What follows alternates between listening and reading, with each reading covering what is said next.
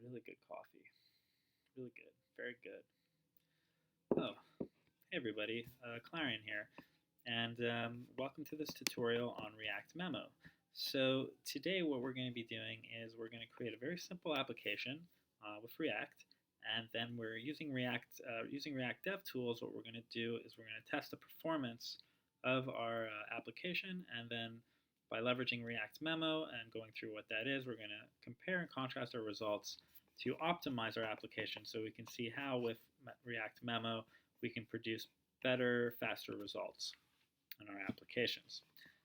So React.memo essentially is it is a higher order component that is going to wrap around our components, our functional components, and it's basically the functional solution that works like React Pure would work for class components. React.memo works for functional components, and what it does exactly is that it's going to be checking a shallow copy of the properties on our component to make sure that there are no useless re-renders, right? So if we have something rendering the same thing over and over again, there's no reason for us to be re-rendering these components that are functional in our application as our life cycles refresh. So we can leverage this tool in order to create much more optimal performance by doing this. So if that doesn't make any sense yet, that's perfect because you're at the right place for us to go over that and try to make sense out of it. And if it does make a bit of sense, that's great too. But before we begin, I'm just going to go ahead and this is in a sense maybe a continuation because of a previous tutorial that I did on memoization in JavaScript. And I can link to that as well. There's a video and there's an article I wrote on better programming, which I'll link to as well. And just to go over it in memoization, what that is before we dive any deeper. So yeah, it's the essentially the core principles are the same in the sense that what we're trying to do is just look at expensive results of our code and find a way to look at these results and check to see whether or not we really need to be returning our entire code base based on what we're checking to be true or not to be the case. Okay, so what I mean by that is with memoization, it's like a technique where we can cache, we can basically create a cache, store results of our function calls into this cache, and return the cache results whenever the same input will reoccur. Okay, and by expensive results, of course, we're referring to time-consuming computations, things that are going to slow down our application. Because that's what we're trying to do here. We're looking at our React applications, and we're saying to ourselves, how can we improve the performance? Okay, so without getting too much more in-depth than that, I think I'll just link to this article, and you can check up and read on about it.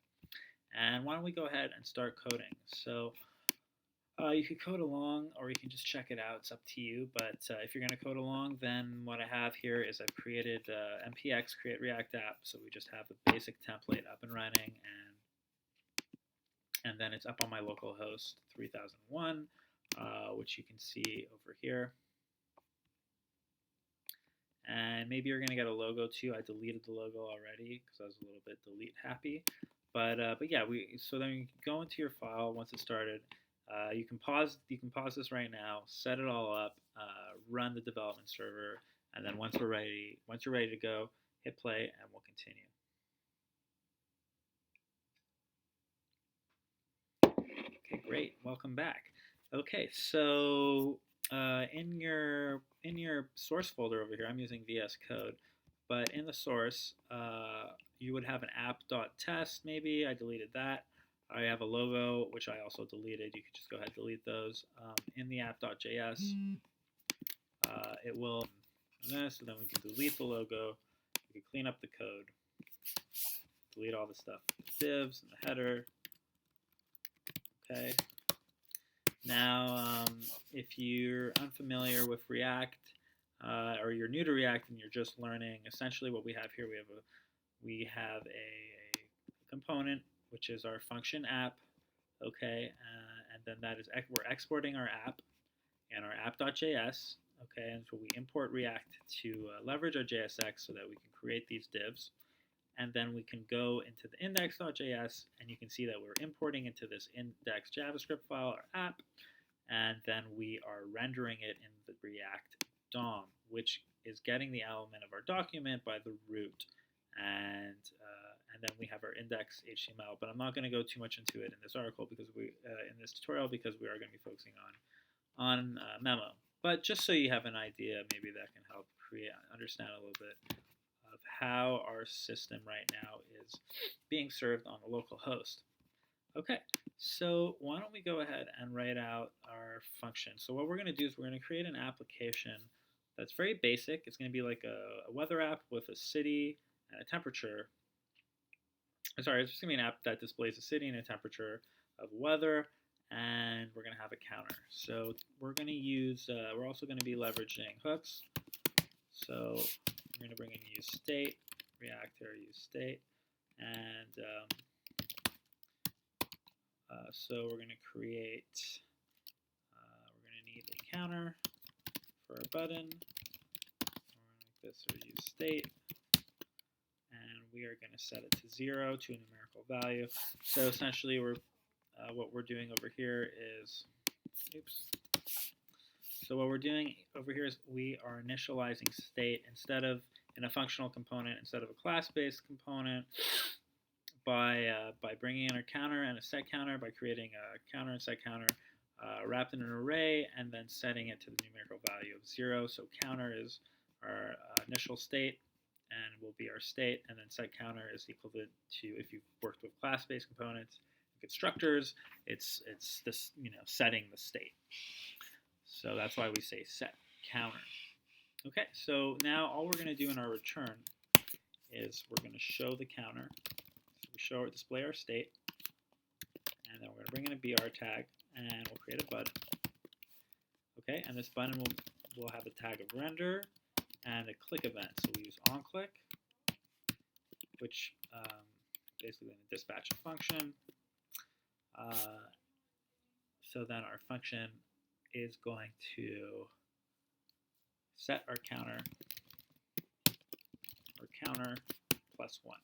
Okay, so this is like setting our state to the counter plus 1. So if we go ahead and save and we go check in the dev and we refresh, we should see a counter 0.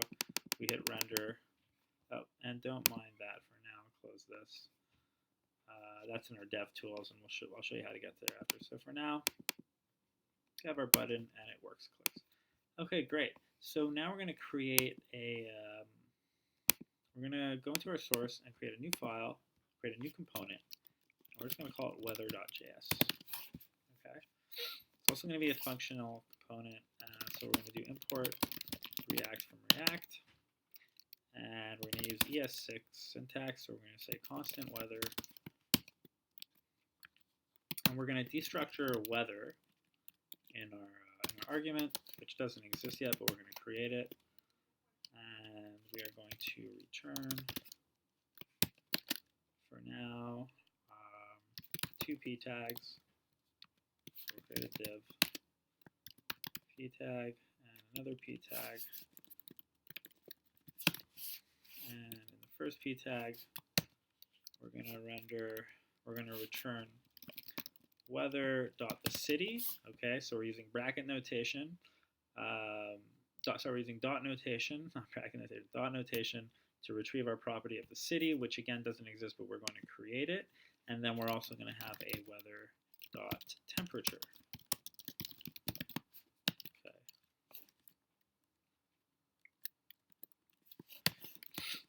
And we're going to export default our weather. All right, so let's save that. And now in our app.js, we can bring it in by importing weather from weather. Okay, and finally, to display our results, why don't we go ahead and write it out. So let's do it at the very top. We'll have another BR tag over here. And then at the very top, we are going to bring in our weather component.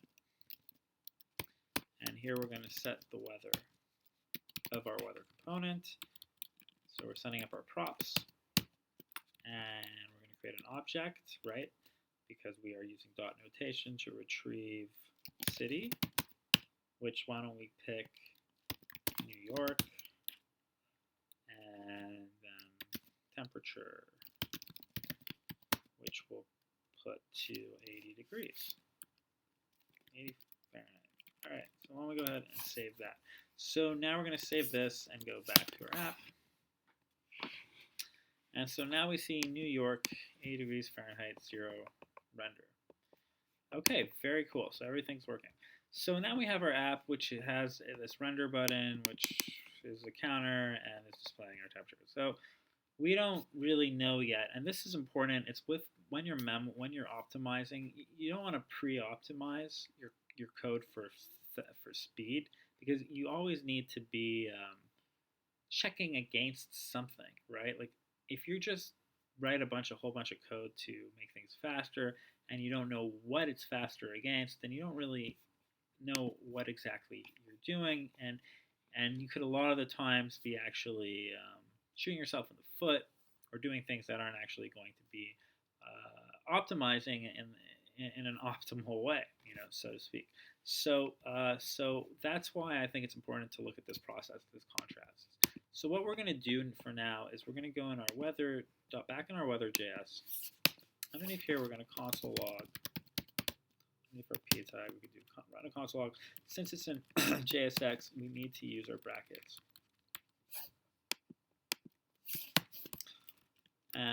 So we wrap the console log in our brackets. So console log render. Okay. So let's save this. And now we're going to open up our DevTools, which I'm in Chrome, so developer, JavaScript console. Go to the console. So we see that when we refresh our host, we see the render. We get one render. Now, what's interesting here is what happens when we click on the render button. We see another render. And what happens when we click render again? It's rendering again, and we render, and it's rendering again, it's rendering again, it's rendering again. So we are re-rendering our New York 80 degree Fahrenheit every time we click on the counter button. Now, this is great for the counter button because that's what we want. But each time that we click the counter button, we re-render the New York in ADF, we're actually dispensing our performance time to do this. And it's not necessary, right? Because it's already there and nothing is changing. So we're increasing the amount of time it's going to take to do everything each time that we click this needlessly. So why is this happening? Why don't we go back into our app.js and have a look. So in our app.js, our weather component, which is a functional component, is being placed into our return statement. So every time that we click the button of our app, we're going to be rerunning this. We'll run this return statement again, which is going to return the new state and return our button, and then it re-renders our weather. Okay, so weather doesn't know to wait, right? Because it's this functional component and it's not listening, so it's just going to re-render every time we do this. Now, something that we could consider is actually moving the state, moving our properties into state of weather instead. And why don't we go ahead and test this and see what would happen. So if I do constant weather over here, and I create an object, and I just copy the information over here, and then I set our weather to weather, our state weather like this. So now we've moved our object up into our state, our object property information, data over here, and we're just sending the weather. So why don't we see what happens now when we refresh. So refresh, we see our first initial render, right? That's the render from our weather. It's being logged over here in our weather.js, right? So we see the initial render. I click render, and we see again that our render is re-rendering over and over and over again. So as you can see, moving the state is not going to affect this functional component. It's still going to re-render. That's because our component is re-rendering each time, and it doesn't matter if you're storing the state above. It's still going to be re-rendering this weather. So what can we do? How can we actually prevent this from happening? So that's the whole point, right? So we're looking at React.memo. So what we can do is we can bring in React.memo. So how do we do that? Well, we do export default React.memo, and we can wrap it around our weather. So now we can save this, and we can go back to our code, and we can refresh. We see the first render, and now when I click on the button, we're no longer re-rendering. The console log is not repeating. Very cool, right? So now what's happening is essentially our weather now is no longer being re-rendered each time because React.memo is checking to see that these props are the same every time. Just very similar to should component update. If you were to use the lifecycle, leverage the lifecycle should component update, and using that component lifecycle check to see whether or not a component should update based on, let's say, if the properties of the previous prop of the next props is the same as the current props, then you don't want to do that. So if that's if should component update is something you haven't worked with, then don't worry about that. And if that's confusing, that's fine. But if there's a takeaway right now, it should be that, okay, we notice that we're not getting this re-render each time. So we have our counter is not affecting a re-render of our New York and our 80 and our temperature. Okay, and to just really further understand what is happening under the hood, why don't we go ahead and actually look at the performance tests and see more specifically, and we can do that with React DevTools. So if you don't have React DevTools, just go to your Google search, look up React DevTools on Chrome. You go to the React Developer Tools.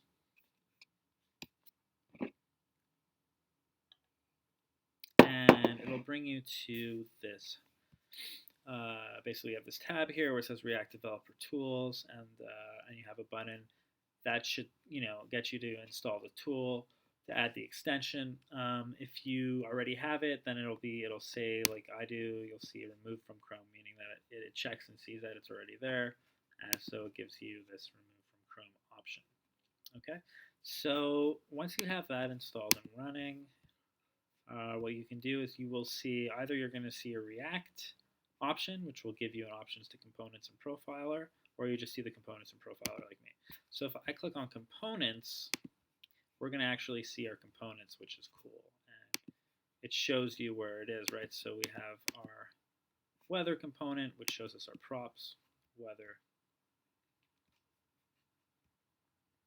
You have inspect the matching DOM elements. You have other different kind of tools you can do over here, rendered by source. Very cool. So that's interesting. So it's sort of like in the elements where you're going to see the body and the div and everything. However, with the components, you can actually see the components. So that's a pretty cool feature. And then we also have the profiler, which is what we're interested in. So with the profiler, what we can do is we can hit this record button. So first we can refresh our page, and then hit the record button. So it's going to profile the life cycles and actions that are being dispensed on our page. So now, if I click the render button a few times, 6 times, and then hit the stop button, we are going to see our app. We're going to see app over here, and each time we click, You see 1 to 6, the 6 times that we clicked, we can go through, it'll show us um, the time, the speed at which it was rendered. So the first time was 2.1 milliseconds, okay? But then after that, it was much quicker, right? Because the first time, right, we were bringing in all of our data, so it's loading everything, and then after that, we have this 0 0.3, 0 0.5, 0 0.3, 0 0.3, okay? So it's basically only providing the data and the information that we want. And as for the weather memo, it says it did not render during this profile session. So we did not get any rendering of the weather, which is what we wanted, right?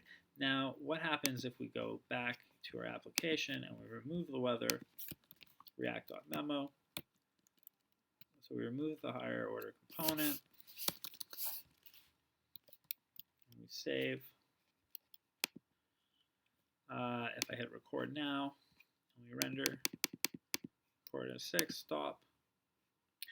Now we're going to see, once again, we have our 2 apps now, and it shows us the different rendering times, right? So we have 3.3 milliseconds on average here on our weather and 6.6. So each time now we're seeing these different render times for our weather, and it shows us. So that means that we saved, for these 6 times, you can add this up, we saved 1, 2, 3, 4, 5, I mean, it's not massive amounts of time, right? Because these are very simple applications. But you can imagine as your application advances and these milliseconds increase exponentially in time, all of a sudden, by introducing these performance techniques, you can start reducing a lot of computational runtime and make your renders much faster and your applications more performant. Now, hopefully that makes a bit of sense, and I think it's very interesting to use the dev tools and see this. I was inspired by the React 2020 Yuad Zhang's. He's got a section course on this where he makes this demonstration. So I was inspired by that, and I'm going to link to that as well because I thought it was great the way that he explained it, and I thought I would take a document and note about it as well. So thanks for checking this out. If you want, I'm going to link again to the other article on memoization as well as documentation on this. And thanks for watching.